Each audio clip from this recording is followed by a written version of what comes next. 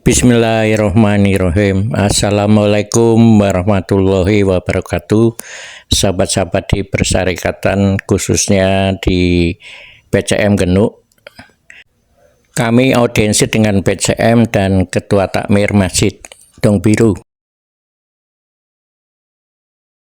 Diskusi untuk menggagas rancangan bangunan 4 lantai masjid di At-Taqwa Muhammadiyah Genuk dengan merujuk arsitektur masjid modern yang saat ini lagi berkembang cepat di dunia, akan tetapi mempertahankan pada bentuk arsitektur tradisional Jawa yang modern dengan modifikasi atap bentuk tajuk yang mungkin terkenal di arsitektur tradisional Jawa sampai arsitektur di Masjid Keraton Yogyakarta, dan ditandai dengan minaret yang tinggi sebagai penanda bangunan masjid, berfungsi sebagai penanda untuk azan ketika menjelang sholat di masjid.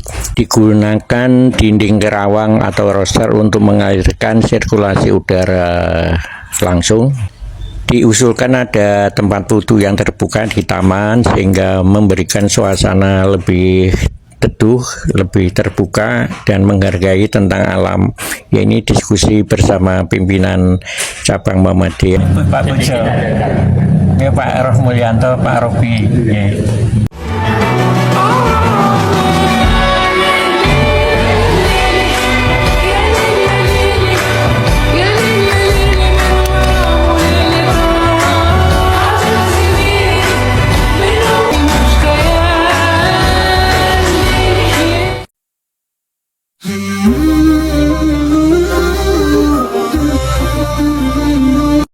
Masjid tanpa kubah, tanpa jendela, dan tanpa tiang di tengahnya.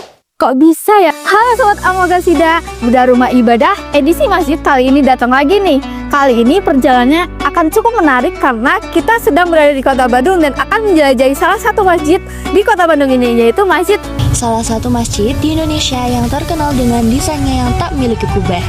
Masjid yang seringkali disebut sebagai Masjid Kubus ini terletak di Kota Baru, Parayangan, Padalarang, Kabupaten Bandung Barat, Jawa Barat.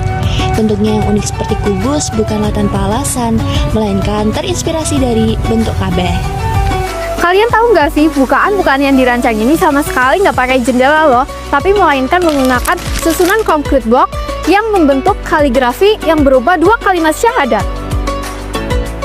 Bukaan yang dirancang ini bertujuan untuk masuknya sinar matahari dan juga angin sebagai pencahayaan dan juga penghawaan yang bagus. Untuk memasuki masjid, jamaah perlu melewati pintu dengan bentuk yang menyerupai sebuah terowongan. Terowongan ini dibentuk dengan susunan beton-beton yang mirip seperti bingkai yang tersusun secara vertikal dengan sedikit jeda antar bingkai beton. Memasuki bagian dalam dari Masjid Ali Irsyad Satya, masjid ini dibangun tanpa adanya tiang ataupun pilar. Masjid ini hanya memiliki 4 sisi dinding yang menjadi pembatas sekaligus penopang atapnya. Inilah yang menyebabkan masjid ini terasa begitu luas hingga mampu menampung sekitar 1099 asma Allah. Nah, menariknya, tepat di ujung setiap kotak terdapat guratan yang membentuk satu asma Allah. Mihrab pada masjid ini berbeda dari masjid yang lainnya. Seperti yang terlihat, mihrab di sini berbentuk lorong, persegi dan juga terbuka di bagian depannya, sehingga jemaah yang ada di sini akan langsung menghadap ke arah pegunungan yang sangat indah. Ngomong-ngomong soal mihrab dan mimbarnya, itu diletakkan menjorok di atas sebuah kolam loh. Terakhir, di bagian tengah mihrab yang terbuka terdapat sebuah batu bulat berukiran lafaz Allah Subhanahu wa Ta'ala. Batu ini bertujuan sebagai pembatas dan juga sebuah simbol agar jemaah lain tidak lewat di depan imam. Bedah Rumah Ibadah kali ini berakhir di sini dulu ya. Sampai jumpa di Bedah Rumah Ibadah selanjutnya.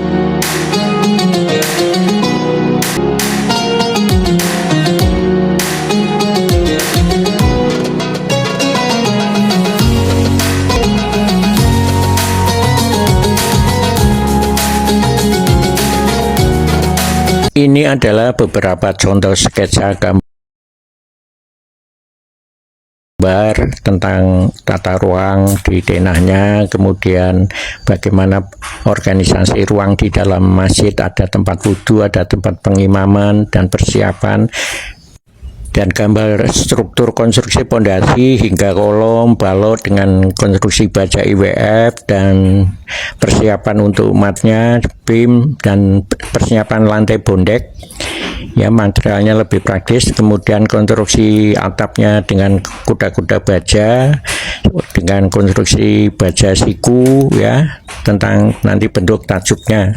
Matur nuwun, lanjut ya. Assalamualaikum warahmatullahi wabarakatuh.